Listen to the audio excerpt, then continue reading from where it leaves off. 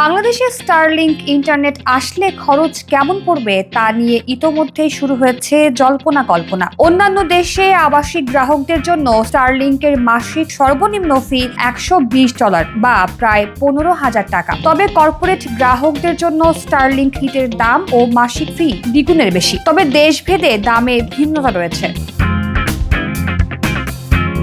স্টারলিংকের ওয়েবসাইটে বলা আছে বাসা বাড়িতে তাদের সেবা নিতে কিছু সরঞ্জাম কিনতে হবে। সেখানে থাকে একটি রিসিভার বা অ্যান্টেনা, কিট স্ট্যান্ড, রাউটার, তার ও বিদ্যুৎ সরবরাহের ব্যবস্থা বা পাওয়ার সাপ্লাই। এটাকে স্টারলিংক কিট বলা হয়, যার মূল্য $349 থেকে $599 পর্যন্ত বা 43 থেকে 74,000 টাকা।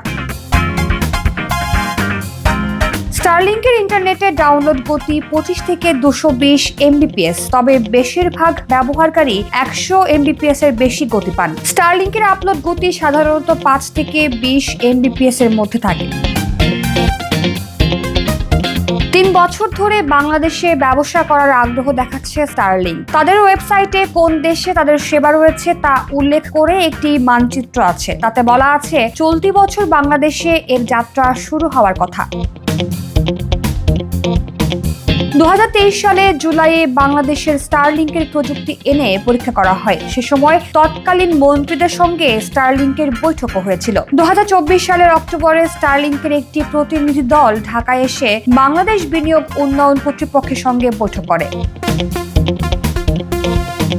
প্রযুক্তি খাতের ব্যক্তিরা বলছেন স্টারলিংক বাংলাদেশে এলে দুর্গম এলাকায় খুব সহজে উচ্চগতির ইন্টারনেট সেবা পাওয়া যাবে। ফলে ইন্টারনেট সেবার ক্ষেত্রে গ্রাম ও শহরের পার্থক্য ঘুচে যাবে। গ্রামে বসেই উচ্চগতির ইন্টারনেট ব্যবহার করে ফ্রিল্যান্সিং সহ ইন্টারনেট ভিত্তিক কাজ করতে পারবেন তরুণেরা। দুর্যোগের পর দ্রুত যোগাযোগ প্রতিস্থাপনে বড় ভূমিকা রাখতে পারবে স্টারলিংক।